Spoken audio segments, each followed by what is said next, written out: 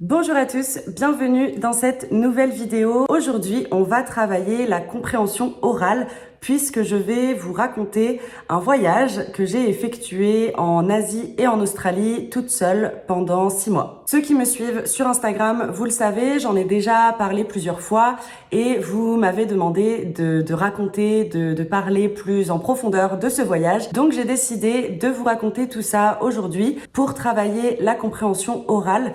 Donc j'ai pas vraiment écrit cette vidéo, je vais vous raconter de façon assez naturelle, comme si finalement je racontais à des amis.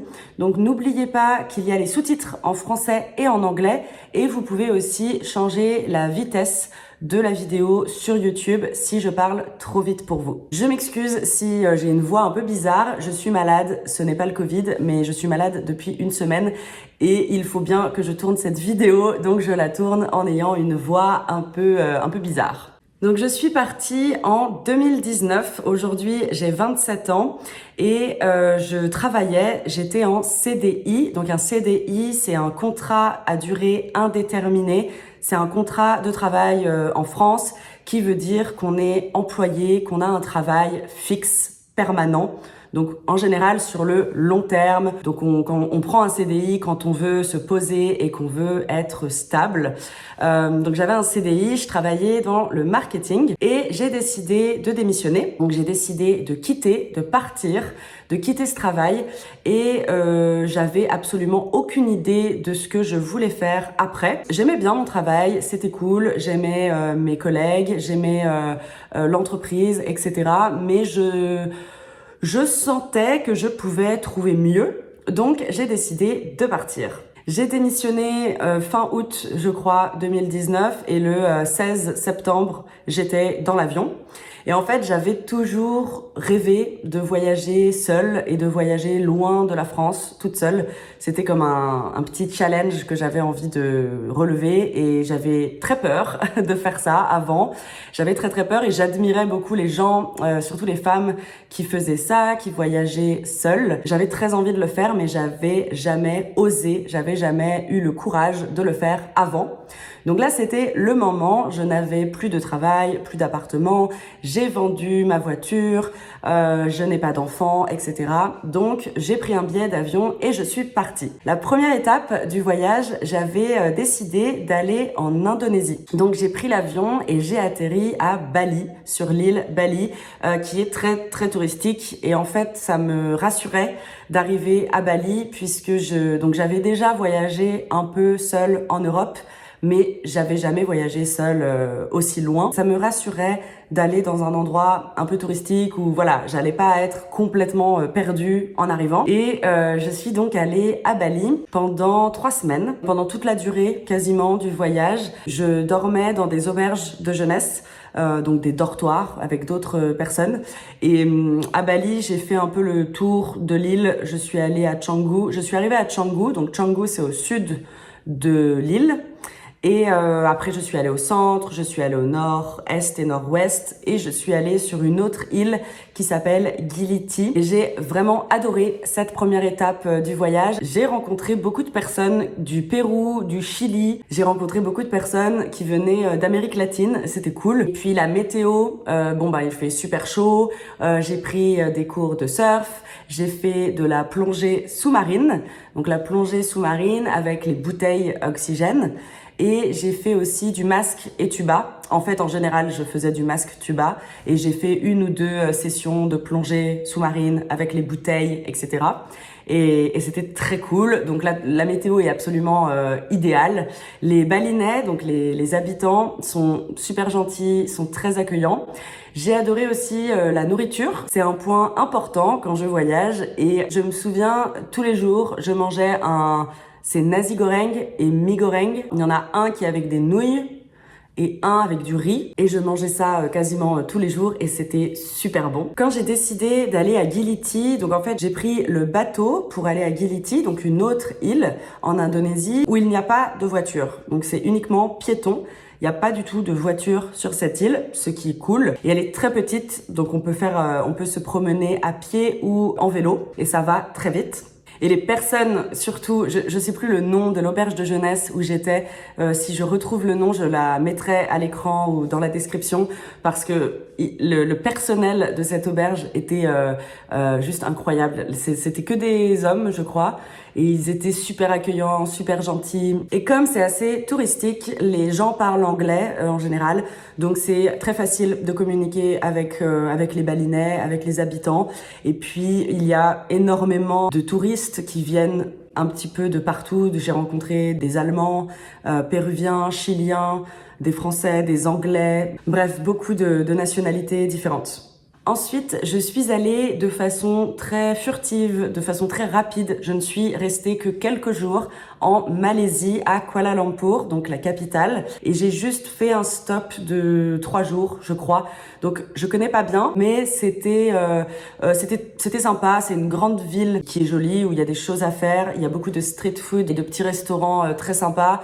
J'ai visité la mosquée, j'ai visité un temple qui était absolument magnifique. Donc c'était très cool, mais voilà, donc c'était une grande ville, c'était un peu moins paradisiaque, un peu moins sympa que Bali et que les autres destinations que j'ai pu découvrir par la suite. Mais je pense que la Malaisie doit être un super pays. En tout cas, dans les petits villages ou à la campagne, j'ai très envie d'y retourner et d'aller un petit peu justement dans les coins un peu plus ruraux, donc à la campagne. Ensuite, je suis allée au Vietnam et au Vietnam, j'ai pas du tout fait la partie sud du pays. J'ai pris l'avion et j'ai atterri à Da Nang, donc dans le centre du Vietnam, et je suis restée quelques jours à Da Nang et dans les alentours de Da Nang. Sauf que la première semaine où j'étais à Da Nang, il a plu tous les jours et tout le temps. Et c'est pas la même pluie que chez moi. Donc c'était très violent, je trouve, et on pouvait rien faire. On pouvait sortir, mais c'était un petit peu difficile d'aller marcher, voir les temples, puisque tout est en extérieur. Donc c'était pas très pratique. D'ailleurs, je me souviens, un jour, j'ai pris le taxi, j'allais voir un temple, je crois.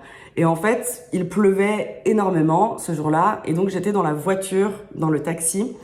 Et c'était un monsieur, un homme, qui conduisait la voiture.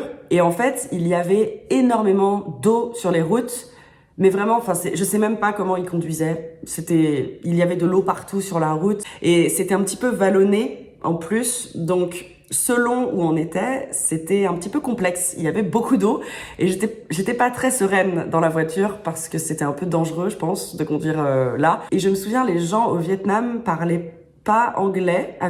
J'ai pas rencontré de Vietnamiens, des personnes de plus de 30 ans, on va dire, qui parlent anglais, mais ils avaient vraiment envie de parler avec moi. Et en fait, ils parlaient au téléphone en vietnamien et moi, je parlais en anglais au téléphone et on pouvait communiquer comme ça. Donc, c'était pas la façon la plus pratique d'avoir un échange avec quelqu'un. Mais c'était cool de faire l'effort. C'était plutôt agréable en tant que touriste. Ensuite, le dernier pays en Asie, c'était la Chine. Alors, je pensais que ça allait être cool et j'avais envie de découvrir la culture, les paysages, etc. Mais je sais pas pourquoi, j'imaginais le Vietnam, la Malaisie ou l'Indonésie, j'imaginais que ces pays me correspondraient plus que la Chine.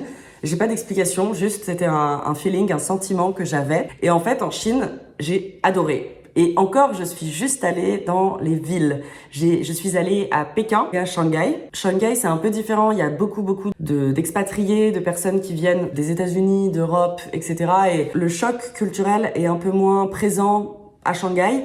Par contre, à Pékin, mais c'était génial. Et c'était tellement différent de moi, de ma culture. J'ai adoré découvrir ça et ça m'a vraiment beaucoup plu. Et il faut savoir, au Vietnam, je l'ai pas précisé, mais j'ai rencontré une Chinoise qui s'appelle Melia, qui a complètement changé mon voyage en Chine. En fait, on s'est rencontrés au Vietnam. Elle parle un peu anglais, donc on commence à discuter. Et elle me dit, j'habite à Pékin, je vais à Pékin, donc chez moi, dans 4 jours. Et je dis, ok, moi je vais à Pékin demain, viens, on devient copines et on se voit à Pékin. La fille est chinoise, elle parle chinois, elle connaît Pékin et en plus elle est super sympa, donc je trouve ça trop cool. Je lui donne mon numéro et on s'est vu en fait à Pékin. Mais les premiers jours, j'étais seule avec mon frère qui était venu à Pékin en Chine, juste en Chine avec moi. Et en fait, c'était très compliqué de se déplacer puisque les gens parlent pas du tout anglais. C'est ok, hein, je parle pas chinois, donc c'est pas grave si les gens parlent pas anglais. Mais c'est vrai que c'est un petit peu difficile parfois, parce que même si on monte dans un taxi, on doit lui montrer l'adresse où on veut aller, écrite en chinois. Et il parle pas du tout, même un mot, même du vocabulaire très simple en anglais. Vraiment pas du tout, même les serveurs dans les restaurants ou ce genre de choses. À Pékin, en tout cas. Et ça rend en fait l'expérience sur le coup, quand on est là-bas, c'est un peu perturbant, on est un peu perdu. Au final, j'avoue que j'ai bien aimé parce que je pouvais pas parler avec les gens, mais ils étaient tous d'une gentillesse et ils me... Vraiment, peut-être qu'ils pensaient des choses négatives, je sais pas, mais l'attitude des gens avec moi et mon frère, alors qu'on est touriste, alors que je connais par exemple Paris, j'adore Paris, hein, mais je pense que les Parisiens ont pas vraiment le même comportement avec les étrangers. Et à Pékin, vraiment, les gens étaient super gentils et voulaient nous aider sans parler, avec les gestes, voilà. Il y a même des gens qui nous prenaient en photo dans la rue parce qu'on était bien sûr étrangers. Et je pense que c'est des gens qui sont chinois mais qui visitent la capitale, qui habitent peut-être à la campagne et qui visitent Pékin. Comme moi, je peux aller visiter Paris. Et donc, ces gens-là me prenaient en photo ou prenaient mon frère en photo. Je sais pas, j'ai trouvé les gens très très gentils et accueillants. Par exemple, juste le premier jour, quand on est arrivé à Pékin, à l'aéroport, on avait réservé un hôtel. En Chine, je n'avais pas pris d'auberge de jeunesse. J'avais pris un hôtel. C'est le seul endroit où j'ai dormi dans un hôtel. On arrive dans le centre-ville de Pékin. Et j'avais le nom de l'hôtel et l'adresse de l'hôtel. Et c'était un peu compliqué, je sais plus pourquoi, on doit marcher avec nos grosses valises. Moi, j'avais un gros backpack que j'ai gardé pendant les 6 mois avec toute ma vie dedans. On marche dans Pékin pour trouver l'hôtel. On arrive à l'hôtel et on se trompe d'hôtel parce que c'était exactement le même nom, mais il y avait juste une lettre ou quelque chose qui changeait. Et on n'avait pas fait attention. C'est juste pour vous donner un exemple de partout où on allait. Soit on se perdait, soit on se trompait d'adresse. Et donc, quelques jours après, Melia, donc ma nouvelle copine chinoise, est arrivée à Pékin. Et donc là, ça a changé complètement le voyage puisque elle parle chinois, elle connaît la ville, elle connaît les petits bars un peu cachés, les bons restaurants.